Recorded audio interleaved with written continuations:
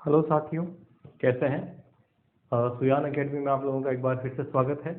और first grade physics के अंदर जो है हमारा अभी टॉपिक चल रहा है, पिछले वीडियो लेक्चर तक वो था रोटेशनल मोशन। ठीक है। और रोटेशनल मोशन के अंदर हमने जो अभी तक चीज़ें देखी है वो देखा मोमेंट ऑफ इनर्शिया। सबसे इंपॉर्टेंट जो टॉपिक देखा वो कौन सा देखा? Moment of inertia. अलग अलग तरह की सिचुएशन है, अलग अलग तरह की बॉडी के लिए किस तरह से मोमेंट ऑफ इनर्शिया यानी कि जड़त्व आघूर्ण निकालेंगे वो हमने देख लिया था, जिसके अंदर हमने चकती और डिस्क, नहीं सॉरी, डिस्क और चकती तो एक ही बात हो गई। मतलब कि डिस्क और जो रिंग है उसके लिए हमने देख लिया था, यानी कि जो आपकी वलय और चकती के लिए हमने मोमेंट ऑफ इनर्शिया अलग अलग सिचुएशन में कैसे कैसे बनते हैं पैरेलल एक्सिस थ्योरम और परपेंडिकुलर एक्सिस थ्योरम लगाकर सीख लिए थे ना। कुछ और ऐसी सिमेट्रिक बॉडीज होती है जिनके लिए हमें पूछा जाता है। तो नेक्स्ट अगर मैं देखूं तो हो जाता है स्फीयर। ठीक है। तो पहला जो है वो क्या है, कौन सा है? Solid sphere. अगर मान लीजिए सॉलिड स्फीयर है हमारे पास, अगला कौन सा है कि सॉलिड स्फीयर है, तो जो सॉलिड स्फीयर होगा उस सॉलिड स्फीयर के लिए क्या इक्वेशन बननी चाहिए? ठीक है। तो मैंने आपको क्या कहा, एक चीज आपको याद रखनी है, बाकी चीज में आपको अपने आप ही आप उसको कर लेंगे। ठीक है। तो सपोज करिए जो सॉलिड स्फीयर है उसकी जो सेंटर ऑफ मास कौन सा होता है, उसके सेंटर में होता है। ये सॉलिड स्फीयर है। सॉलिड स्फीयर का मतलब क्या होता है? सॉलिड का मतलब है कि जैसे आप मान लीजिए कि जो आपके कॉर्क की बॉल आती है ना, रबड़ वाली जो बॉल आती है उसको मान लीजिए। रबड़ कौन सा? वो प्लास्टिक वाली नहीं, प्लास्टिक वाली तो क्या होती है, अंदर से खाली होती है, तो उसको तो होलो स्फीयर बोलेंगे। ठीक है। तो सॉलिड स्फीयर मतलब कंप्लीटली जो अंदर से क्या हो, फील्डेड हो, है ना उसमें। तो ये क्या होगी इसकी, अगर मैं ये एक्सिस मानता हूँ, इसके अंदर से जो जाने वाली एक्सिस होगी, और ये क्या होगी, तीनों में सिमेट्रिक गोल, तीनों मतलब चारों तरफ से क्या होती है, गोल सेम ही होती, गोल सेम ही होती है। तो इसका मतलब क्या हुआ, ये हमारी वाला जो केस होगा वो कौन सा हो गया, ये नॉर्मल वाला केस। और अगर मान लीजिए इसके चारों तरफ क्या करती है, रोटेट करती है, रोटेशन होता है, तो उस केस के अंदर जो है इसका ये क्या है, इसका सेंटर है। और ये क्या होता है, सेंटर ऑफ मास भी होता है इसका। ठीक है।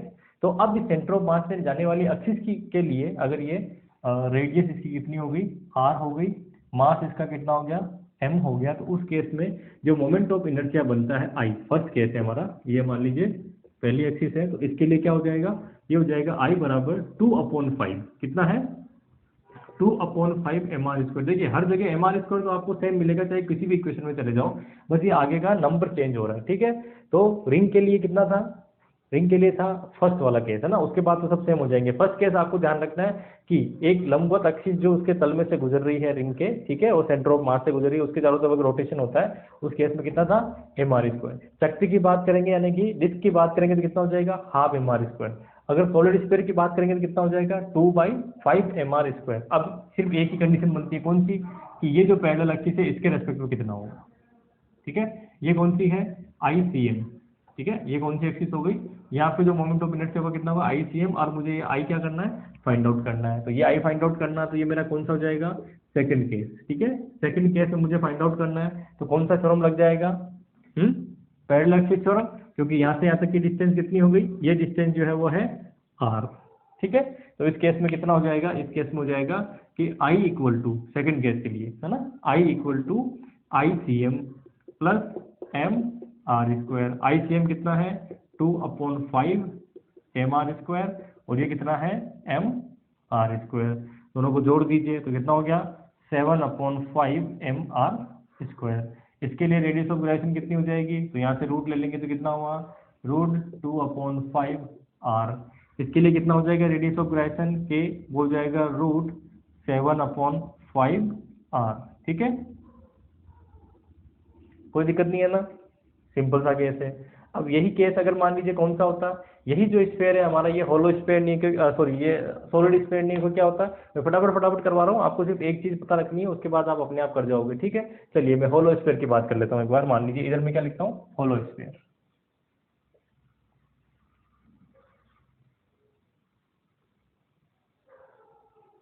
तो होलो स्फीयर में क्या हो जाएगा, होलो स्फीयर जो होगा हमारा वो क्या होगा, इस तरह का है ना, थिन होना चाहिए, थिन होलो स्फीयर। ये क्या है, इसका सेंटर ऑफ मास, जो सेंटर होगा वही क्या होगा, सेंटर ऑफ मास। इससे जाने वाली एक्सिस, ये एक्सिस हो गई, इसके लिए कितना होगा, ICM होगा।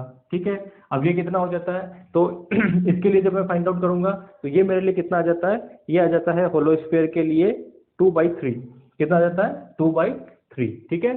तो कौन से एक्सिस के लिए? इसके लिए। तो जो मेरे पास फर्स्ट केस होगा ये वाला, ये अगर m मास है, ये रेडियस इसकी r है, तो ये हो जाएगा I इक्वल टू 2/3 mr²। ठीक है।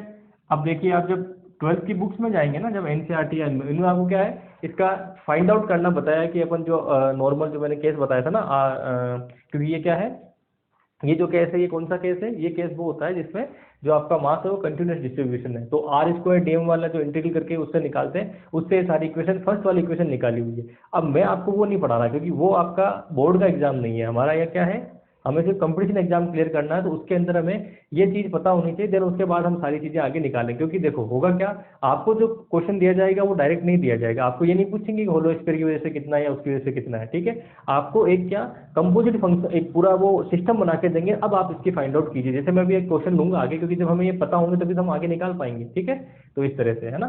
अब मुझे क्या करना है, सेकंड नंबर में यहाँ जो एक्सिस है ये वाली है ना, सेकंड एक्सिस, इसके रेस्पेक्ट में मुझे क्या निकालना है, सेकंड वाला जाएगा कि इसके लिए मुझे आई निकालना है। तो सेकंड के लिए क्या हो जाएगा, अच्छा के कितना हो जाएगी, के हो जाएगी √2/3r।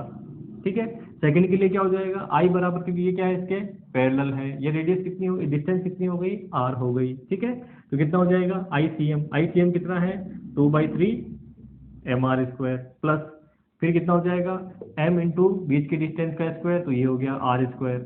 ठीक है, तो I इक्वल टू कितना हो गया, इधर ले जाइए इसको, तो 5/3 mr²। ठीक है, रेडियस ऑफ gyration गुणन त्रिज्या k इक्वल टू √5/3r हो गया। ठीक है, अब देखिए, इससे पहले हमने रिंग और डिस्क देखा, उसमें तो सब कुछ ठीक था।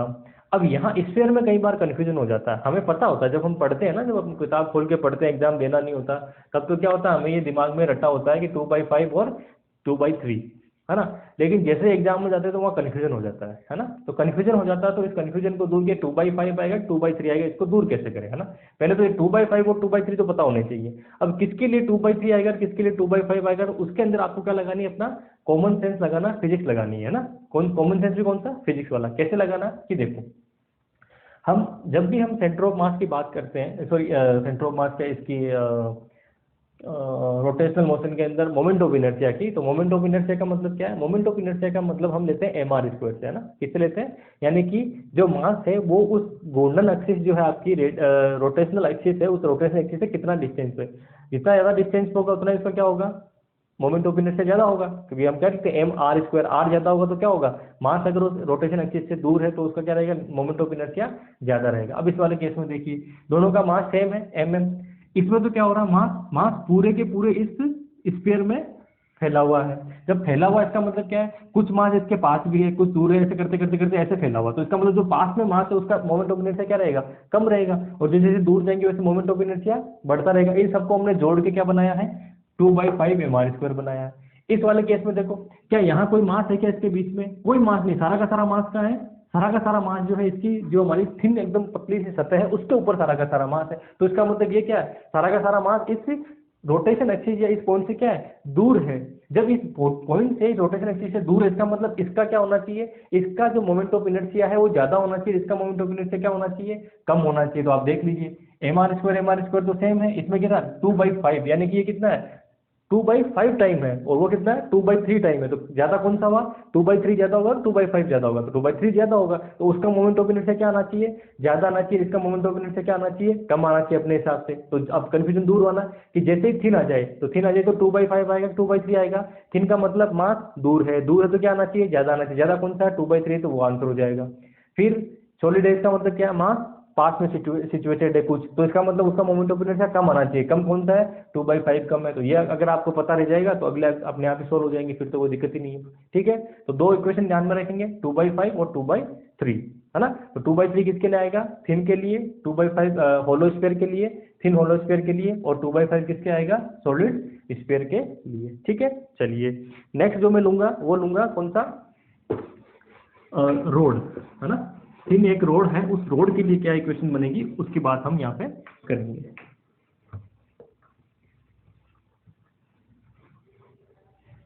तो थिन रोड है, तो ये कुछ इस तरह की मान लीजिए एक रोड हो गई हमारे पास, है ना।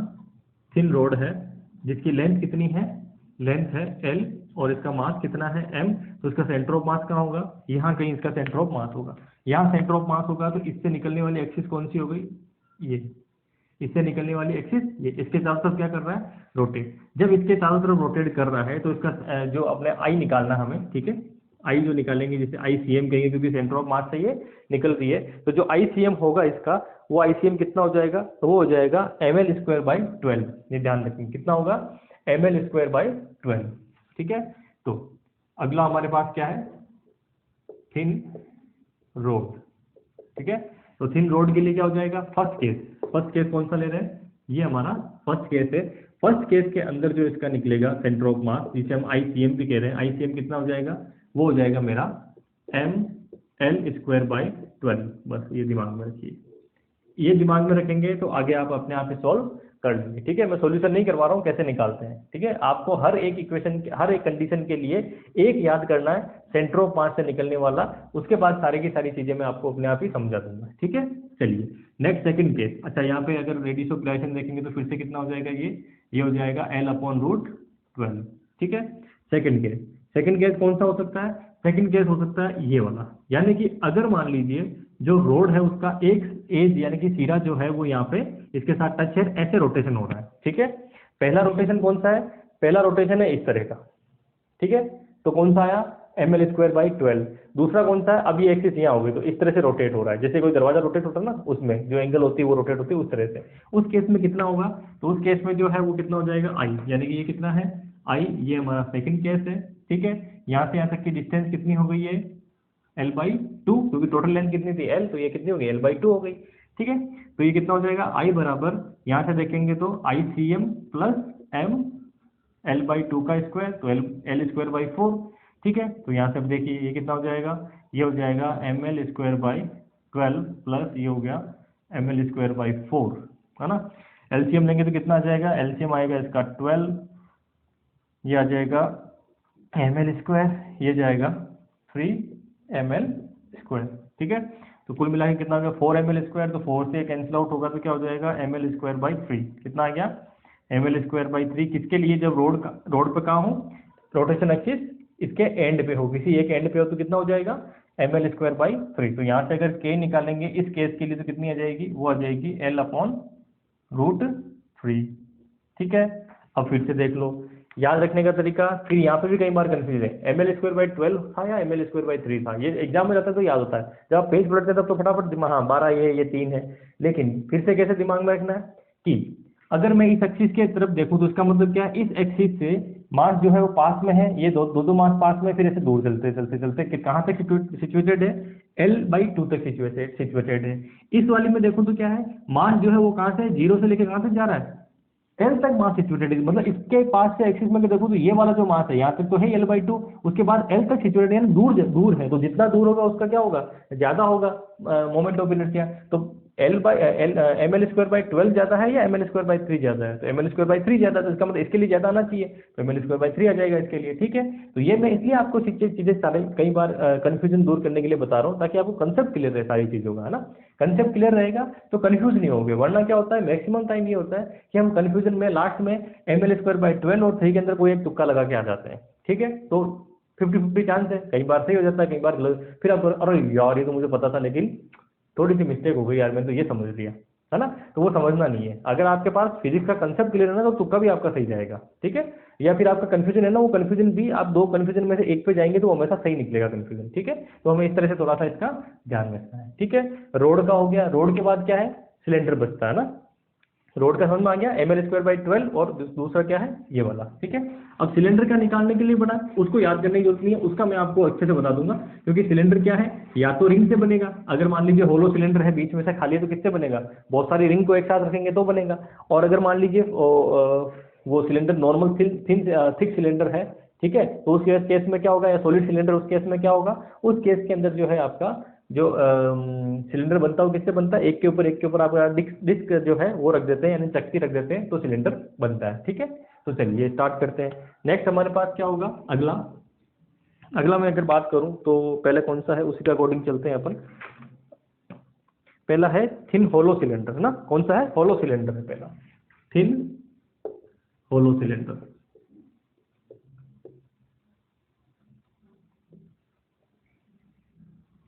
ठीक है। थिन थिन होलो सिलेंडर है, उस सिलेंडर की हम बात कर रहे हैं, है ना, थिन होलो सिलेंडर। अब थिन होलो सिलेंडर है तो कैसा होगा, जो थिन होलो सिलेंडर है उसकी अगर मैं बात करूं तो सबसे पहले आप देखिए इस तरह से पहला केस लीजिए। पहला केस में क्या है कि ये इस तरह से है एक थिन होलो सिलेंडर। अब ये जो एक्सिस है इसमें से अगर मान लीजिए कोई रोटेशन हो रहा है, थिन का मतलब क्या है, होलो होलो थिन का मतलब अंदर से खाली है। तो जब अंदर से खाली है इसका मतलब अगर मैं इसके पार्ट काटता हूं इस तरह से चाकू से, छोटे छोटे छोटे छोटे, तो ये क्या बनेंगे, रिंग बनेगी, ठीक है। तो ये क्या बनेगी, रिंग बनेगी, है ना। इस तरह से मैंने एक पार्ट काटा इसका, तो इसका मतलब ये क्या बनेगी, एक रिंग बनेगी। तो रिंग की वजह से आपने पढ़ा हुआ कि जैसे मान लीजिए ये कोई रिंग है, इस रिंग में से यहाँ पे अगर ये इस तरह से रोटेशन हो रहा है, ठीक है, इसका मास कितना है, m है, तो उस केस में कितना होता है centre of mass, sorry moment of inertia, वो मोमेंट ऑफ इनर्शिया कितना होता है, mr², ठीक है, कितना होता है, mr², ठीक है। अब एक रिंग काटी तो इसमें कितना होगा, dmr², ठीक है, एक छोटी रिंग काटी dmr², ठीक है। हर किसी के लिए क्या होगा, ये dm dm dm, तो सारे सारे dm अगर हम जोड़ देंगे, समीशन कर देंगे, जितनी भी रिंग है ये, इन सब का समीशन कर देंगे तो कितना आ जाएगा, m आ जाएगा। तो बनेगा क्या, इसके लिए भी mr² ही बनेगा, ठीक है। तो कुल मिला के क्या है कि इसकी अगर रेडियस कितनी है, r है, इसका मास कितना है, इसका m है, तो कुल मिला के ये क्या होगी, रिंग के ही बहुत सारे पार्ट है, यानी कि एक रिंग के ऊपर एक रिंग रखते जाते हैं, और टोटल मिला के रिंग का भार कितना m है, तो कितना आ जाएगा, mr²। तो जो रिंग का होगा वही किसका होगा, होलो सिलेंडर का होगा इस केस के लिए, ठीक है। ये हो गया हमारे पास फर्स्ट केस। तो ये फर्स्ट केस के लिए हमने फाइंड आउट कर लिया। अब जो है दूसरा केस कौन सा हो सकता है, कि अब आपने इसको क्या किया है, ऐसे क्षैतिज में रख दिया, हॉरिजेंटल रख दिया, ठीक है, वर्टिकल नहीं है, अब क्या है, हॉरिजेंटल है, उस केस में निकालिए। तो जैसे ही हॉरिजेंटल की बात आ जाती है, अच्छा इसमें ये भी हो सकता है, ये वाला केस ले लीजिए सेकंड, कि अगर मान लीजिए इस तरह से रोटेशन होता है, ठीक है, कौन सा होता है, ये सेकंड वाला केस है, इस तरह से अगर रोटेशन होता है, तो देखिए ये एक्सिस जो है वो कौन सी होगी, जो सेंटर ऑफ मास से निकल रही है, ठीक है। तो सेकंड वाले केस में क्या हो जाएगा, तो सेकंड वाले केस में अगर मैं देखूं तो आई बराबर हो जाएगा ICM, ICM कितना है, mr², ठीक है, ICM कितना है, mr², ठीक है। इसको मैं हटा देता हूँ, ये मेरा फर्स्ट केस है और ये वाला मेरा सेकंड केस है। तो सेकंड केस में क्या हो रहा है, mr², तो इसकी वजह से बीच में डिस्टेंस कितनी है, r/2, कितनी है, r/2। तो जब r/2 है तो ये कितना हो जाएगा, प्लस m और r/2 का स्क्वायर, तो r²/4, ठीक है। दोनों को जोड़ देंगे तो कितना हो जाएगा, 3mr²/4, ये क्या हो जाएगा मेरा, आई निकल जाएगा। के आप निकालते रहना, बार बार नहीं निकाल रहा मैं, के तो आप अपने आप निकाल लोगे जब आई निकल जाएगी, ठीक है। अगला केस थर्ड देते हैं। थर्ड क्या है, थर्ड केस है मेरे पास ये वाला, ठीक है। कौन सा वाला केस है, ये वाला, इस तरह से रोटेशन हो रहा है, ठीक है, किस तरह से हो रहा है, इस तरह से मान लीजिए रोटेशन हो रहा है, उस केस में क्या होगा, यानी कि जो अपना अंदर से होलो है सपोज कर लीजिए, देन उसके बाद में ये रोटेशन हो रहा है सिलेंडर का, तो ये जो रोटेशन हो रहा है इसके लिए किस तरह से निकालेंगे, वो बड़ा इंपॉर्टेंट है। तो देखिए इसका निकालने के लिए सबसे इंपॉर्टेंट क्या है, कि आप इसको दो तरह से मानिए। क्या मानिए, पहला तो क्या है, ये चकती है, कि अगर मान लीजिए मैं यहाँ पे ये कोई इसमें काटता हूँ, इसका एक समझा देता हूँ मैं आपको ना, इस तरह से अगर मान लीजिए मैं एक इसका क्या काटता हूँ, स्लाइस काटता हूँ, तो स्लाइस कैसी होगी, चकती जैसी होगी, ठीक है, सॉरी चकती क्या, रिंग जैसी, क्योंकि होलो सिलेंडर है ना, तो होलो इसका मतलब कैसी होगी, रिंग जैसी होगी, वलय जैसी होगी, ठीक है। अब ये वलय जैसी होगी तो इसका मतलब क्या है, कि वलय के अंदर से निकलने वाली एक्सिस के रेस्पेक्ट में कितना वो होगा, मोमेंट ऑफ इनर्शिया, वो फाइंड आउट कीजिए।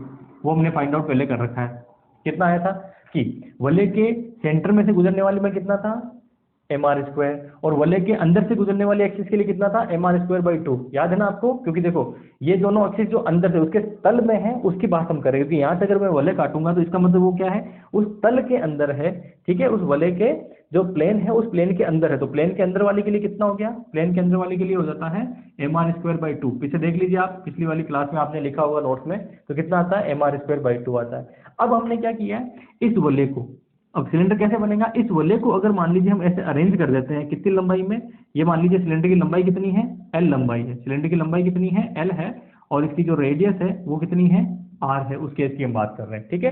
तो उस केस के अंदर क्या हुआ, कि इसका मतलब क्या हुआ, कि अगर मान लीजिए R बहुत छोटा होता है ना, तो इसका मतलब ये क्या बन जाती है, एक रोड बन जाती है। तो रोड के लिए जो अपनी रोड पीछे पड़ी थी, रोड के लिए इस वाली एक्सिस में से सेंटर में से जाने वाले के लिए कितना होता है, ठीक है। तो इसको मैं अगर मानूं, तीसरा केस जो है मेरा, इस तीसरे केस को कैसे मान सकता हूँ, तीसरे केस को मैं ये कह सकता हूँ कि ये क्या है, ये है मेरे पास रिंग, ठीक है, रिंग प्लस रोड का कॉम्बिनेशन। क्या है, अगर कोई सिलेंडर की बात करें तो सिलेंडर क्या है मेरे पास, रिंग और रोड का कॉम्बिनेशन है, ठीक है। रिंग और रोड का कॉम्बिनेशन है, तो रिंग कैसी, कौन सी वाली रिंग हो रही है, जिसके प्लेन में से एक्सिस जा रही है। तो कुल मिला के इसका जो आई निकलेगा थर्ड वाले के लिए, तो पहले तो लिख दीजिए आप किसका, रिंग के लिए। रिंग के लिए कितना है, mr² 2 प्लस रोड के लिए कितना है, जब सेंटर में से जा रही तो रोड के लिए कितना था, ml²/12 था ना, तो कितना हो जाएगा, ml²/12, ठीक है। कोई दिक्कत है क्या, कोई दिक्कत होनी ही नहीं चाहिए। आया समझ में, याद करने की जरूरत नहीं है, सिर्फ और सिर्फ समझने की जरूरत है। सिचुएशन को समझिए तो अपने आप आंसर मिल जाएगा, नहीं तो इसमें उलझे हुए रह जाओगे। जब इसका आप डेरिवेशन करते हैं ना जब किताब के अंदर, तो डेरिवेशन आपके 2 पेज का होता है, या तो 2 पेज का डेरिवेशन कर लीजिए या सिंपल सा समझ लीजिए, तो आपको समझ में डायरेक्टली आ जाएगा। क्या बन रहा है, एक इसको अगर काटते हैं तो रिंग बन रही है। रिंग कौन सी बन रही है, वो रिंग बन रही है, या वो एक्सिस के तरफ रोटेशन हो रहा है जिसमें क्या हो रहा है, ये सेंटर में से उसके प्लेन में से जा रही है। प्लेन में से जाने वाले के लिए कितना होता है, mr²/2 होता है। फिर इसको अगर हम अरेंज करते हैं तो किस तरह से बन रही है, एक रोड बन रही है, ठीक है। सिलेंडर क्या होता है, एक रोड है, मोटा रोड है बस, है ना। तो जब रोड बन रही है उस रिंग से, तो रोड की वजह से कितना होता है, ml²/12 इस बीच वाले से। तो कुल मिला के क्या बन गया हमारे पास, ये इक्वेशन जो है वो बन जाती है किसके लिए, आई के लिए, ठीक है। कोई समस्या है क्या, कोई समस्या है क्या, अभी भी देख लीजिए, सिंपल सा केस है। एक बार समझ लोगे तो 2 पेज के डेरिवेशन से बच जाओगे, नहीं तो उलझते रह जाओगे, mr² 12 करूँ, 3 करूँ, 2 करूँ उसके बीच के अंदर, ठीक है। तो समझ लीजिए, तो अपने आप कोई दिक्कत आपको नहीं आने वाली है। अब मान लीजिए कौन सी एक्सिस लेनी है मुझे, ये वाला पहला केस हो गया मेरा, ठीक है। अब मैं इसी के लिए फाइंड आउट करना चाहता हूँ, कौन सी एक्सिस के लिए, कि इस तरह से, है ना। अब यहाँ से जाने वाली एक्सिस के लिए फाइंड आउट करना है, ठीक है। ये चौथा केस है मेरा, यहाँ से जाने वाली एक्सिस के लिए फाइंड आउट करना है, ठीक है। यहाँ मुझे ऑलरेडी पता है ICM, ठीक है, इस आई को मुझे फाइंड आउट करना है। तो मैं क्या करूँगा, इस ICM के लिए कितना है, ये वाला, तो आप क्या करेंगे, इसके लिए फाइंड आउट करेंगे। तो क्या हो जाएगा, अब 2 तरीके से कर सकते हैं, ये निकलने के बाद क्या कर सकते हैं, या तो देखो ये एक चक्री बन रही है, ठीक है, यहाँ क्या बन रही है, सॉरी रिंग बन रही है, ठीक है, यानी कि वलय बन रही है। या तो थोड़ा सा इसको रोटेट बनाते हैं, ठीक है। यहाँ क्या बन रही है, एक वलय बन रही है, रिंग बन रही है। तो ये रिंग है, तो रिंग के लिए निकाल के, क्योंकि ये भी क्या है, एक रिंग बनेगी ना, यहाँ पे भी क्या बनेगी, एक रिंग बनेगी। तो रिंग के लिए निकाल के रोड का फॉर्म लगा दो। तो रिंग के लिए क्या कितना होता है, इस वाले एक्सिस के लिए रिंग के लिए कितना होता है, mr²/2 प्लस, अब अगर रोड के एंड पे है, तो रोड के एंड पे है तो क्या बनता है, ml²/3, ठीक है। एंड पे क्या बनता है, ml²/3। तो ये आपका क्या हो जाएगा, फाइनल आंसर हो जाएगा, पहली चीज। तो दूसरा क्या कर सकते हैं, इसका आपको पता है, तो इसका आपको पता है तो क्या करिए, आप ये वाला लीजिए फॉर्मूला, ठीक है। इसमें फिर क्या जोड़ना पड़ेगा, m, और ये कितनी डिस्टेंस है यहाँ से यहाँ तक की, l/2। तो l²/4 जो है, ml²/4 इसमें जोड़ दीजिए। जैसे ml²/4 इसमें जोड़ेंगे तो आपको फाइनल आंसर यही मिल जाएगा, ठीक है। ठीक है ना, कोई प्रॉब्लम नहीं है ना। चलिए आगे चलते हैं, ठीक है। सिर्फ और सिर्फ आपको मैंने क्या कहा, फिजिक्स बहुत इजी सब्जेक्ट है, सिर्फ और सिर्फ आपको दिमाग खुला रखना है, विजुअलाइजेशन करना है, रटना नहीं है, ठीक है। चलिए नेक्स्ट कौन सा देखते हैं, अब देखते हैं सॉलिड सिलेंडर ना। तो ये हो गया हमारे पास ये वाला। अब हम बात किसी कर रहे हैं, ये इक्वेशन रह जाएगी, बस हम क्या करेंगे, यहाँ पे नाम चेंज कर देंगे, ठीक है। बाकी सब चीजें सेम ही चलेगी, नाम चेंज कर देते हैं। अब ये हमारे पास क्या है, अब हमारे पास है सॉलिड सिलेंडर ना, क्योंकि 2D में तो एक जैसा ही बनेगा दोनों, सॉलिड।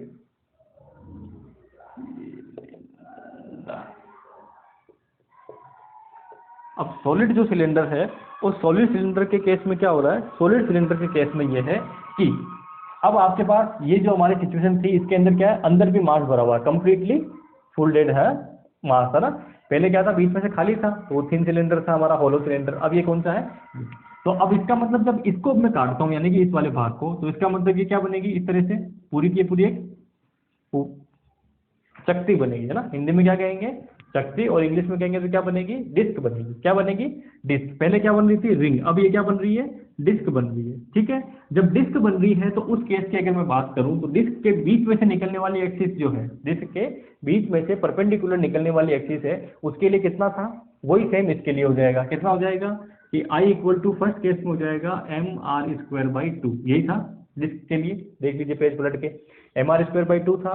नेक्स्ट अब आते हैं सेकंड केस पे। सेकंड केस कौन सा है, ये वाला। इसके लिए कितना हो जाएगा, जो उसके लिए था कि M R square by two इस एक्सिस में multiply plus M into R square by four, तो दोनों को जोड़ देंगे, तो दोनों को जोड़ेंगे तो ये कितना आ जाएगा, ये आ जाएगा 2 and 1 है 3, तो 3/4 एम आर स्क्वायर। ठीक है, कितना आ गया, 3/4 एम आर स्क्वायर आ जाएगा। ठीक है, चलिए नेक्स्ट केस, थर्ड केस। अब यहां से ये जो बन रही है क्या बन रही है, अब ये रिंग नहीं बन के क्या बन रही है, ये रिंग नहीं बन के क्या बन रही है, डिस्क बन रही है। डिस्क के लिए क्या होता है, इसके अंदर से निकलने वाली एक्सिस के लिए बताइए, इसका आधा होता है, जो ये ऐसे निकलती है, इस वाले का, ये वाली अगर मैं निकालूं तो ये क्या होगा, ये अगर M R square by two थी तो ये कितनी थी, M R square by four. ठीक है, कितना था इसके लिए, M R square by four. तो क्या हो गया, जो डिस्क है उसका निकाल दीजिए, तो हमने रख दिया M R square by four plus, अब ये क्या बना रही है, एक रोड बना रही है। भाई डिस्क को जमा रहे हैं, ऐसे जमाने पे क्या बन रही है, रोड बन रही है। तो रोड जो बन रही है उस रोड के लिए कितना हो जाएगा, ये रोड के लिए कितना होता है बीच में से निकलने के लिए, एम एल स्क्वायर बाई 12। तो ये आंसर हो गया, कितना ईजी है ना। जब ये होलो थी, थिन थी, तब थिन होलो सिलेंडर थी, तो उस केस में क्या था, उस केस में हमारे पास यहाँ रिंग बन रही थी, तो हमने रिंग का मोमेंट ऑफ इनर्शिया लिख दिया। रोड तो बनी रही है तो रोड का डायरेक्टली हो गया। देन उसके बाद में अगर हमारे पास क्या है, सॉलिड है, तो क्या बन रही है, डिस्क बन रही है, तो हमने डिस्क का रख दिया। देन उसके बाद ये रख दिया। ठीक है, यहाँ आ जाइए, यहाँ पे भी ये जो बन रही है क्या बन रही है, डिस्क बन रही है बहुत सारी। ठीक है, तो इसके लिए क्या हो जाएगा, आई इक्वल टू निकालेंगे तो फोर्थ केस में वो हो जाएगा, पहले तो इस डिस्क के लिए कितना होगा, M R square by four होगा। इस रोड के लिए जो इस तरह से है रोड, है ना, रोटेशन, उसके लिए क्या बनेगा, M L square by three, है ना। तो ये क्या बन जाएगा, कुल मिला के इक्वेशन इस तरह से बन जाएगी। कोई दिक्कत, कोई दिक्कत है क्या, कोई दिक्कत नहीं है, बड़ा सिंपल सा है। ठीक है, अब समझ में आ गया होगा। अब आपसे कभी गलत होना ही नहीं चाहिए, अब कंफ्यूजन होना ही नहीं चाहिए। ठीक है, इसकी ध्यान रखोगे तो क्या ध्यान रखना है, एक ही चीज ध्यान रखनी है कि इसमें थिन होलो सिलेंडर है तो रिंग बनेगी, उन रिंग को अरेंज कर रहे हैं। अगर मान लीजिए सॉलिड सिलेंडर है तो डिस्क है, डिस्क को बहुत सारी को एक साथ अरेंज करेंगे तो क्या बन जाएगी, ये बन जाएगी। तो आपके सारी की सारी चीजें जो है वो सॉल्व हो जाएगी। ठीक है, चलिए अब मैं जो है, हाँ एक चीज और बन सकती है, वो क्या बन सकती है वो मैं बता देता हूँ। रेक्टेंगुलर प्लेन जो है वो बन सकता है, उस रेक्टेंगुलर प्लेन की हम बात करते हैं। ठीक है, फिर हम चलेंगे कंपोजिट सिस्टम, जो आपके पास क्वेश्चन एग्जाम में आपको दे सकते हैं, जो सारे के सारे इस पे डिपेंड होंगे। ये फॉर्मूले याद होंगे तो वो क्वेश्चन कर पाओगे। ठीक है, तो ये दिमाग में आपको रखना है कि इंस्टेंटली 1 मिनट में आपको इसका आंसर मिल जाए, क्योंकि आधे मिनट में 1 मिनट में इसका आंसर निकालोगे तो उसको सोल्व करके 1 मिनट में अगला आंसर निकलेगा। 2 मिनट का सफिशिएंट टाइम होना चाहिए आपके पास, इससे ज़्यादा टाइम भी नहीं है एग्जाम में सोल्व करने के लिए। ठीक है, तो नेक्स्ट मेरे पास क्या है, वो है रेक्टेंगुलर प्लेन। अगला कौन सा है,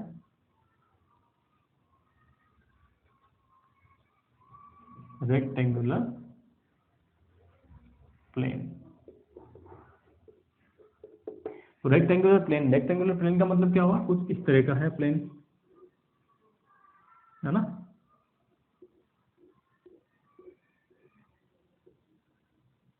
अब रेक्टेंगुलर प्लेन में क्या है, ये एक्सिस है, तो यहाँ से ये क्या है, ए, और ये डिस्टेंस कितनी है इसकी, बी, है ना।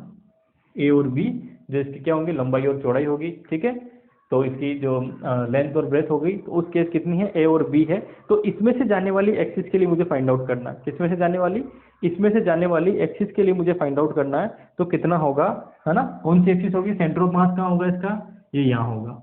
ठीक है, तो ये यहाँ सेंटर ऑफ मास है, यहाँ से ये रोटेशन हो रहा है। ठीक है, तो ये कैसे बनती है ना, ये कैसे बनती है। तो अगर मान लीजिए मैं इससे क्या करता हूँ, इसको क्या मान लेता हूँ, एक रोड मान लेता हूँ इतनी सी, है ना। ये रोड मान ली तो इसका मतलब रोड में के अंदर से निकल रही है ना रोड के अंदर से। तो जब रोड के अंदर से निकल रही है उस केस में कितना बन रहा है, उस केस में बन रहा है ml स्क्वायर बाई, एक सेकंड में इसको कर देता हूँ ना, इसमें से कितना बन रहा है, ये जो चीज़ बन रही है कितनी बन रही है, ये बन रही है मेरी ml स्क्वायर बाई 12 बन रही है ना। इसके लिए कितनी बन रही है, ml स्क्वायर बाई 12 बन रही है। ठीक है, इसको दो तरीके से करते हैं। पहला तरीका मैं ले लेता हूँ, इसके प्लेन वाला ले लेते हैं ना, प्लेन वाले से पहले निकालते हैं, देन उसके बाद इसमें चलेंगे ताकि थोड़ा सा आसान हो जाएगा ना समझाना इसको। एक बार पहले प्लेन वाला करते हैं क्योंकि इसके अंदर वाली जो चीज़ है ना उसके बारे में बात करते हैं, देन उसके बाद। अब सपोज करिए कि ये जो है इसके प्लेन में से निकल रही कोई एक्सिस है ना, ये ऐसे, और ये भी जो है इसके प्लेन में से निकल रही एक्सिस ये ऐसे।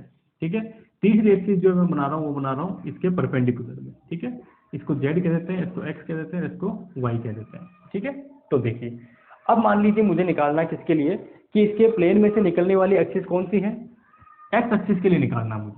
पहले कौन सा निकालना है, तो पहले एक्स, हाँ पहले ये एक्स एक्सिस है, इसको मैं 1 मान लेता हूँ। ठीक है, एक्स एक्सिस को क्या मान लेते हैं, 1 मान लेते हैं। वाई एक्सिस कहाँ पे, ये वाली, इसको हम 2 मान लेते हैं, और इसके लिए हम 3 मान लेते हैं, है ना। 3 कैसे है मेरे पास, फर्स्ट सेकंड और थर्ड। अब यहाँ से देखें, एक्स एक्सिस की तरफ रोटेशन करेगा, तो एक्स एक्सिस की तरफ रोटेशन करेगा, इसका मतलब क्या है, इसका मतलब जो ये ए वाली है, यानी कि ये जो अगर मैं छोटी सी यहाँ पे स्ट्रिप बनाता हूँ, ये वाली इसका भाग लेता हूँ, वो क्या कर रहा है, वो इस तरह से रोटेशन कर रहा है ना, वो इस तरह से रोटेशन कर रहा है। इसका मतलब इसके सेंटर ऑफ मास से निकलने वाली एक्सिस है। तो अगर मान लीजिए ये रोड है, इस रोड के यहाँ से इस तरह से रोटेशन हो रहा है, तो इसका मतलब क्या हुआ, इसका मतलब ये हुआ कि इसका मास अगर मान लीजिए m है, कितना है, इसका मास अगर m है, और इसकी जो लेंथ है ये कितनी है, a है। ठीक है, मास कितना m है, लेंथ कितनी a है, तो कुल मिला के कितना निकलता है, m a स्क्वायर बाई 12 निकलता है। ठीक है, इसी तरह से ये वाला केस होगा, इस वाले केस में से ऐसे निकल रही है एक्सिस। ठीक है, जब ऐसे एक्सिस निकल रही है, ये कितना है, ये हमारा b है, सॉरी ये हमारा b है, टोटल मास कितना है m, तो इसके लिए कितना हो जाएगा, m b स्क्वायर बाई 12 हो जाएगा। ठीक है, कोई समस्या यहाँ तक, नहीं कोई समस्या है क्या, कोई समस्या नहीं होनी चाहिए। इस y वाली एक्सिस के लिए क्या निकलेगा, y वाली एक्सिस के लिए क्योंकि किस में से निकल रही है, a में से निकल रही है, तो कितना हो जाएगा, m a स्क्वायर बाई 12 हो जाएगा। तो इस पूरे के पूरे प्लेन को हम इस तरह से क्या कर सकते हैं, एक ही स्लिप में काट देंगे, तो dm a square by 12, dm a square by 12, तो सब dm जुड़ के क्या बन जाएगा, m बन जाएगा। तो फर्स्ट केस में क्या हो जाएगा, फर्स्ट केस में जो मेरा i मिलेगा, जिसे मैं आई एक्स कह देता हूँ, चलो है ना, क्योंकि यहाँ पे कितना 1 लिया ना, x लिया, आई एक्स कह देते हैं, वो कितना होता है, वो m a स्क्वायर बाई 12 हो जाएगा। ठीक है, दूसरा केस लीजिए, दूसरे केस में क्या है, y वाला। अब y वाला काटोगे तो क्या होगा, y वाली में स्ट्रिप कौन सी कटेगी, b लंबाई की स्ट्रिप कटेगी। कितनी कटेगी, b लंबाई की छोटी छोटी स्ट्रिप कटेगी, a लंबाई की नहीं, b लंबाई की कटेगी। तो b लंबाई कटेगी तो कितना हो जाएगा, m b स्क्वायर बाय 12 हो जाएगा। ठीक है, अब क्योंकि हमें ये पता है कि अगर हमें कोई बॉडी दे रखी है, उस बॉडी के प्लेन में दो परपेंडिकुलर एक्सिस है, उसका जो अपने मोमेंट ऑफ इनर्शिया पता है, तो उसके पैरेलल, यार उसके क्या बोल सकते हैं, परपेंडिकुलर, उसके परपेंडिकुलर और इस प्लेन के भी परपेंडिकुलर जो एक्सिस होती है उसके रेस्पेक्ट में कितना होता है, थर्ड केस में, कि आई जेड जो होगा वो क्या होगा, आई एक्स प्लस आई वाई का एडिशन होगा, आई एक्स प्लस आई वाई का क्या होगा, एडिशन होगा। तो उस केस में कितना हो गया, M A square by 12 plus M B square by 12। तो आप क्या करिए, कॉमन ले लीजिए, m बाई 12 जैसे ही कॉमन लिया तो क्या बन गया, a square plus b square बन गया। ठीक है, ये ध्यान, ठीक है। जब रेक्टेंगुलर कोई शीट आती है तो इसका मतलब क्या होगा, रेक्टेंगुलर शीट में आप अब याद रखने का तरीका क्या हुआ, अगर इसके परपेंडिकुलर एक्सिस से अपने को निकालना है तो क्या ध्यान रखना है, वो ये ध्यान रखना है कि इसमें क्या है, इस तरह की स्ट्रिप कटेगी। ठीक है, बी लंबाई की और ए लंबाई की स्ट्रिप कटेगी, दोनों को जोड़ दो तो कितना आ जाएगा, स्ट्रिप के लिए सेंटर में से जाना है। अगर मान लीजिए कोई रोड है, उस रोड के सेंटर में से निकालने से क्या होता है, एम एल स्क्वायर बाई 12। अब एक तो ए बन रही है, इस तरफ कितनी बन रही है, बी, तो एम एल स्क्वायर बाई 12 की जगह M A square by 12 plus M B square by 12, ये आंसर हो जाएगा। ठीक है, अगर प्लेन के अंदर में ही है, प्लेन के परपेंडिकुलर के अंदर में है, तो अंदर में तो ये देखो कि किसके किसके उसमें से जा रही है, सेंटर में से, ए के सेंटर में से जा रही है तो एम ए स्क्वायर बाई 12, अगर एक्सिस बी के सेंटर में से जा रही है तो इसका मतलब एम बी स्क्वायर बाई 12। ठीक है, चलिए, तो कुल मिला के जितने भी सिचुएशन हमारे सिमेट्रिक सिचुएशन बन सकती थी जो हमें याद होनी चाहिए, वो सारी की सारी हमने कर ली है। अब जो है इसका एक दो क्वेश्चन करके और फिर मैं यहीं पे वीडियो जो है समाप्त करते हैं। जो आपके क्वेश्चन एग्जाम में आ सकते हैं उसकी हम बात करेंगे नेक्स्ट वीडियो में। जो है हम फिर बीएससी लेवल वाली जो है उसके कुछ कंसेप्ट हैं, एंगुलर मोमेंटम और उस पे टॉर्क पे उस पे जाएंगे। देन जो अपने पास क्योंकि जो अपना मोमेंट ऑफ इनर्शिया है वो क्या है, टेंसर क्वांटिटी है, तो उसके 12 टेंसर होते हैं, ठीक है, 3 × 3 की उसकी मैट्रिक्स के फॉर्म में लिखते हैं। वो वाली जो चीजें हैं वो अपन नेक्स्ट वीडियो में देखेंगे। तो इस वाले वीडियो की कुछ 1-2 एग्जाम्पल लेके फिर यहीं समाप्त करते हैं, और एग्जाम्पल इतने सीधे सीधे हैं कि आप बड़ा सिंपली इसको सॉल्व कर पाएंगे, ठीक है। चलिए, तो पहला जो मैं एग्जाम्पल ले लेता हूँ वो है मेरे पास ये वाला, कि ये रोड है ना, ये 3 रोड है इस तरह से, ठीक है, और इनकी मास कितना है m, लेंथ कितनी है l, इसका मास कितना है m, लेंथ कितनी है l, सबका यही है, एक ही चीज। और ये जो एक्सिस है जो इसके सेंटर में है उसके लिए मुझे क्या निकालना है, ये x डिस्टेंस पे है और 90 डिग्री के एंगल पे है ना। इसके लिए मुझे क्या निकालना है, सेंटर ऑफ मास निकालना है, ठीक है। चलिए निकाल लेते हैं, चलो। तो अच्छा ये पढ़ देता हूँ। 3 rods are arranged in the form of a equilateral triangle. Calculate the mi यानी कि moment of inertia about an axis passing through the geometrical center and perpendicular to the plane of triangle. ठीक है, यहाँ से geometrical जो centre है वो कौन सा है, यहाँ से, तो यहाँ से क्या निकल रही है, एक एक्सिस निकल रही है, ठीक है। अब उसको बनाने में तो ये 3D है तो थोड़ा सा रहता है दिक्कत, तो इस तरह से मान लीजिए, ठीक है। क्या हो रही है, इसके अंदर घुस रही है, इधर से वापस बाहर निकल रही है, ये एक्सिस है, इसके चारों तरफ ऐसे रोटेशन हो रहा है। अभी मैं समझा दूंगा, थोड़ा सा विजुलाइजेशन करवा के अभी आपको, ठीक है। एंड हाँ ठीक है, मास कितना है इसका, रोड का मास m है और इसकी लेंथ जो है वो दे रखी है आपको, ठीक है। तो इसका अपन फाइंड आउट कर लेते हैं। चलो, अब यहाँ से देखो, सबसे पहले मुझे क्या देखना है कि ये कैसे है वो देखो, आप समझो इसको। ये 3 पेन नहीं है मेरे पास, 2 ही है, एक और ले लेता हूँ। चलिए, ये इस तरह की सिचुएशन है, ठीक है। कैसी सिचुएशन है, ये इस तरह की सिचुएशन है ना। अब इस सिचुएशन के अंदर, ठीक है, तीनों का मास कितना है m, तीनों की लेंथ कितनी है l। अब कह रहे हैं कि यहाँ इस तरह से इसके सेंटर में, ज्योमेट्रिक जो सेंटर है, ठीक है, वहां से क्या निकल रही है, वहां से जो है एक एक्सिस निकल रही है, और उस एक्सिस के लिए मुझे क्या फाइंड आउट करना है, सेंटर, ये इस तरह से रोटेशन हो रहा है, ठीक है, उसके लिए centre of mass find out, sorry bar bar centre of mass नाम आ रहा है, मोमेंट ऑफ इनर्शिया जो है वो फाइंड आउट करना है, ठीक है। तो जब मोमेंट ऑफ इनर्शिया मुझे फाइंड आउट करना है तो आप अब इसको भूल जाइए, क्योंकि रोड तीनों क्या सिमेट्रिक, तो एक रोड के लिए निकाल दी। तो आप मान लीजिए कि ये एक रोड है, इसके चारों तरफ ये रोटेशन ऐसे हो रहा है।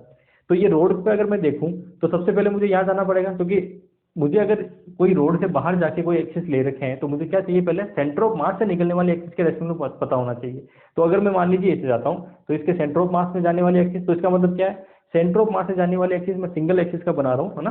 अब मान लीजिए सिंगल रोड होती, इस तरह से कोई एक रोड ले ली मैंने, ये सिंगल रोड है, ठीक है, इसके सेंटर ऑफ मास से जाने वाली एक्सिस परपेंडिकुलर में होगी, तो ये इसके सेंटर ऑफ मास से जाने वाली एक्सिस, ठीक है, चली गई। इसके चारों तरफ रोटेशन हो रहा है, तो उसका कितना होता है, तो इसका होता है ये आई, अगर मैं निकालूंगा ICM जिससे कहूंगा, तो ICM कितना हो गया, वो ICM हो गया मेरे पास m l²/12 हो गया, जो हमने पढ़ा था इसके लिए, इस वाले केस के लिए, अगर ऐसे रोटेशन हो रहा है तो, ठीक है। अब क्या करना है, अब ये जो है हमारे पास ये वाली एक्सिस जिसे हमें निकालना है वो क्या है, इससे x डिस्टेंस पे, कितने डिस्टेंस पे, इस पे x डिस्टेंस पे। तो x डिस्टेंस पे, इसका मतलब इसके लिए मुझे अगर सेंटर ऑफ मास निकालना है, मान लीजिए ये एक्सिस है एक ऐसे, ये ऐसे, ये ICM है और ये I है, तो ये I क्या होगा, यहाँ से यहाँ की दूरी कितनी दे रखी है, x हमें गिवन है, तो क्या हो जाएगा मेरे पास कि I बराबर जो टोटल I होगा मेरा ना ये, तो I बराबर क्या होगा, ICM प्लस इसका मास इंटू x², ठीक है, यही होगा। आगे समझ में, विजुलाइजेशन हो गया आपका, ठीक है। चलिए, अब मुझे क्या चाहिए, x चाहिए, तो मैं x कैसे निकालूंगा, अब मुझे बताइए। तो x निकालने के लिए ये यहाँ से यहाँ तक की डिस्टेंस कितनी होती है, l/2 होती है। अब मुझे बताइए कि अगर ये एक्सिस, ये 90 डिग्री का एंगल बन रहा है, ये l/2 बन रही है, ठीक है, तो इसके सामने अगर मैं देखूं थीटा, है ना, तो इसके सामने क्या होगा, ये परपेंडिकुलर है, सॉरी हाइपोटेन्यूस है। अब मुझे थीटा पता करना है, तो थीटा कितना होता है, जब इक्विलेटरल ट्रायंगल बनता है तो ये एंगल कितना होता है, 60 डिग्री का, कितना होता है, पूरा एंगल 60 डिग्री का होता है। तो ये क्या बनेगा, हाफ एंगल, तो ये यहाँ से यहाँ तक का अगर मैं एंगल देखूँ, कौन सा, ये वाला, यहाँ से यहाँ तक का अगर मैं एंगल देखूँ, ये वाला, ये एंगल कितना हो जाएगा, 30 डिग्री, हाफ होगा वो उसका, तभी इक्विलेटरल ट्रायंगल बनेगा, ठीक है। तभी ये पॉइंट मिलेगा मैं ज्योमेट्रिकल पॉइंट, क्योंकि उसके बीच में से जाएंगे तब। तो ये कितना हो जाएगा 30 डिग्री। तो 30 डिग्री हो गया, इसका मतलब मुझे क्या फाइंड आउट करनी है, 30 के सामने ये वाला। तो एंगल जो थीटा के सामने होता है वो क्या होता है, एंगल के सामने परपेंडिकुलर। तो हाइपोटेन्यूज और परपेंडिकुलर में रिलेशन निकालिए, है ना। लंब और इसमें लंब और बेस में, सॉरी हाइपोटेन्यूज ये हो गया, लंब और जो अपना आधार है उसमें रिलेशन निकालिए। तो लंब और आधार में रिलेशन कौन देता है, टेन थीटा देता है। टेन थीटा बराबर क्या होता है, टेन 30 डिग्री बराबर क्या होता है, परपेंडिकुलर अपॉन बेस होता है। तो परपेंडिकुलर बराबर क्या हो गया, टेन 30 बेस, तो L/2। टेन 30 कितना होगा बताइए, टेन 30 हो जाएगा 1/√3 हो जाएगा, ठीक है। तो कुल मिला के आपके पास x कितना हो गया, x हो गया मेरे पास L/2√3, ठीक है। यहाँ कोई समस्या नहीं है, रख दीजिए वैल्यू। ICM कितना हो गया, mL²/12 प्लस ये कितना हो जाएगा m उसको स्क्वायर करिए तो कितना हो गया L², 4×3, ठीक है। 4×3 कितना हो गया, फिर से 12। तो कुल मिला के ये कितना बन जाएगा mL²/6, ठीक है भाई। यहाँ पे भी कितना mL²/12, यहाँ पे भी mL²/12, तो कितना बन गया mL²/6। तो एक रोड की वजह से कितना आया mL²/6, तो तीनों रोड की वजह से कितना आएगा, ठीक है। ये किसकी वजह से आया, एक रोड की वजह से, इसको आई डैश कह दीजिए। तो तीनों रोड की वजह से कितना हो जाएगा, आई बराबर हो जाएगा 3i डैश, यानी कि 3×mL²/6। इसको आप कैंसिल आउट करिए तो कितना मिल जाएगा mL²/2। तो आपको जो क्वेश्चन दिया जाएगा वो कुछ इस तरह की सिचुएशन बना के दिया जाएगा, ठीक है। कितना आ गया mL²/2 आ गया, कोई समस्या, ठीक है। ध्यान क्या रखना है, सिर्फ और सिर्फ आपको विजुअलाइजिंग करना आना चाहिए, आपको सिचुएशन क्या दी है उसके बाद बड़ा इजी सा क्वेश्चन आपके पास बन जाएगा, ठीक है। कुछ चीजें जो है मैथ्स की आपको, जो आप 10वीं क्लास तक पढ़ते हैं वो पता होनी चाहिए कि एंगल कितना बनना चाहिए, क्या होना चाहिए, वो सब चीजें। तो वो मुझे लगता है कि कोई बड़ी बात नहीं है, आप लोगों को सबको पहले से पता होती है, ठीक है। तो आपको विजुअलाइजिंग करना आना चाहिए कि मेरे पास कैसा इक्वेशन दे रखी है, कौन सा एक्सिस है, उसके पैरेलल में जाना है या उसके परपेंडिकुलर में जाना है, वो सब चीजें पता होनी चाहिए, आप आराम से इसको कर जाएंगे, ठीक है। एक एग्जांपल और लूंगा मैं, उसके बाद हम बंद करेंगे इसको। अब देखो इसके अंदर क्या हुआ, इसके अंदर आपको जो रोड थी उसका सेंट्रो मोमेंट ऑफ इनर्शिया है वो पता होगा तो आप इस क्वेश्चन को कर पाओगे, नहीं तो वहाँ उलझ जाओगे ना। तो आपको पता होना चाहिए ना, इसलिए मैंने आपको ये सारी चीजें कराई। अच्छा एक ये बड़ा अच्छा क्वेश्चन है, जो एक ऐसा क्वेश्चन आरपीसी ने पूछा भी था पिछली बार, है ना, फिर भी देख लेता हूँ मैं एक बार। ये ऐसी सिचुएशन दे रखी है हमारे पास कि ये एक स्फीयर हो गया, देन उसके बाद ये यहाँ टच होकर ये दूसरा हो गया, फिर ये यहाँ टच होकर ये तीसरा हो गया। टच करना है इसको, एक सेकेंड।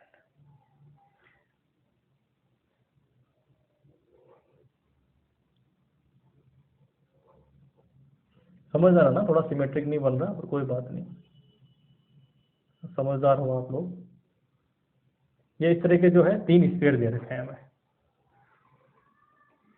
ठीक है। और जो एक्सिस निकल रही है वो कुछ इस तरह से निकल रही है, और ये यहाँ से यहाँ तक की जो डिस्टेंस दे रखी है वो कितनी दे रखी है, 2r दे रखी है, ठीक है। ये x है और ये x डैश है। अब आप देखिए क्वेश्चन है, the moment of inertia of A sphere about its diameter is i, ठीक है, कि इसके डायमीटर के जो अलोंग है वो कितना है, i है, ये ध्यान रखना।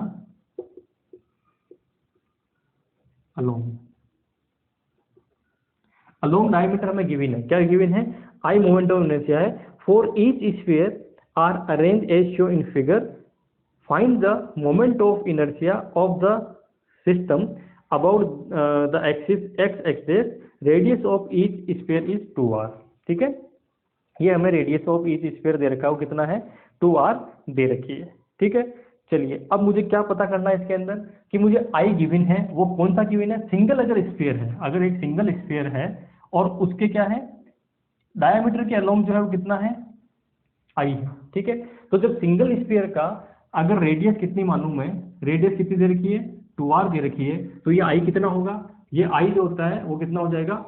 देखिए अब इस ओनली स्फीयर बोला है, तो जब आपको होलो नाम नहीं दिया तो आपको क्या मानना है इसको, जब स्फीयर या सॉलिड स्फीयर लिखा आता है तो दोनों ही केस में क्या मानोगे, सॉलिड ही मानोगे। और अगर स्फीयर के लिए नाम क्या, स्पेशल अगर वो होलो है तो होलो लिखा आएगा, अगर होलो लिखा नहीं आएगा तो आप नॉर्मल स्फीयर मान के चलिए। तो नॉर्मल स्फीयर के लिए कितना होता है 2/5 होता है या 2/3 होता है, कम होना चाहिए तो क्या होगा 2/5, तो कितना हो गया 2/5 mr², r कितनी है 2r, तो 2r का क्या करना पड़ेगा, हमें स्क्वायर लेना पड़ेगा, तो कितना आ गया 2/5m, 4 से मल्टीप्लाई कर दीजिए इसको, तो 8 हो गया ना, 8mr²। ठीक है, तो mr² की वैल्यू कितनी आ गई, mr² की वैल्यू जो है वो कितनी आ गई, 5i/8 आ गई, क्योंकि मुझे ये वैल्यू आगे चाहिए होगी। ठीक है, हो गया पहला सोल्यूशन। चलिए अब आइए इसमें कि क्योंकि हमें इक्वेशन लास्ट में किसमें आई गिवन है, तो आई में निकालनी, एम गिवन नहीं है मेरे को, यहाँ पे क्या गिवन नहीं है, एम गिवन नहीं है इस क्वेश्चन में, आई गिवन है, तो मुझे लास्ट में इक्वेशन आई में कन्वर्ट करनी है। फिर ये देखिए अब इसके अंदर क्या है, ये स्फीयर, ये दोनों जो स्फीयर है इसमें तो क्या निकल रही है, कौन सी एक्सिस है, ये वाली है, इन दोनों स्फीयर में कौन सी है, ये वाली है। ठीक है भाई, अगर स्फीयर का नाम दूं मैं तो फर्स्ट, सेकेंड, थर्ड और फोर्थ। ठीक है, तो जो मेरे पास फर्स्ट और सेकंड में है वो तो, फर्स्ट और फोर्थ में वो तो कौन सी है, ये एक्सिस है, और 2 और थर्ड में कौन सी है, ये एक्सिस है। दोनों के लिए मोमेंट ऑफ इनर्शिया क्या होगा, अलग अलग होगा। इसके लिए कौन सा होगा 2/5mr², इनके लिए कौन सा होगा, तो मुझे फाइंड आउट करना है। ठीक है, तो करिए फाइंड आउट। तो फर्स्ट इसके लिए फाइंड आउट अगर मैं करूँ तो इसको मैं क्या कहता हूँ, आई डैश कह देता हूँ, तो मेरे पास आई डैश इक्वल टू कितना हो जाएगा।